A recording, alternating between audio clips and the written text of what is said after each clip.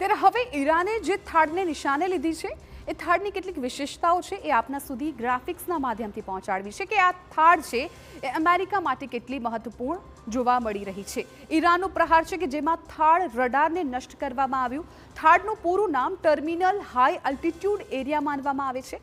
અમેરિકી missile defence system છે આ થાળ કે જે ખૂબ શક્તિશાળી માનવામાં આવે છે અને જેના પર હવે ઈરાને પ્રહાર કર્યો છે। દુશ્મનની બેલિસ્ટિક મિસાઇલોને શોધીને આ સિસ્ટમ છે એ ટ્રેક કરવાની પણ ક્ષમતા ધરાવતી હોય છે। થાળ વિશેષ મહત્વપૂર્ણ ધરાવતી હોય છે। ઈરાનના હુમલામાં થાળની રડાર સિસ્ટમ ધ્વસ્ત થઈ ગયાનું ઈરાનનું કહેવું છે અને અમેરિકા માટે કદાચ એક આ મોટો ઝટકો કહી શકાય કેમ કે સૌથી શક્તિશાળી તેમની પાસે જે વેપન્સ છે તેમાંથી થાળ એક રડાર છે। જોર્ડનના મુવફ્ફસ આલ્ટી એરબેઝ પર તૈનાત હતી આ સિસ્ટમ। મહત્વપૂર્ણ છે કે આ સિસ્ટમ ત્યાં તૈનાત હતી કે જ્યાં ઈરાને હુમલો કર્યો।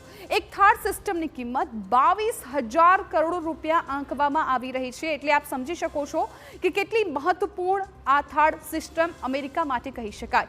એક થાળ રડાર સિસ્ટમની કિંમત 2,700 કરોડ આંકવામાં આવી રહી છે અને આ જ સિસ્ટમ પર ઈરાને પ્રહાર કર્યો છે અને તેને નષ્ટ કરી છે।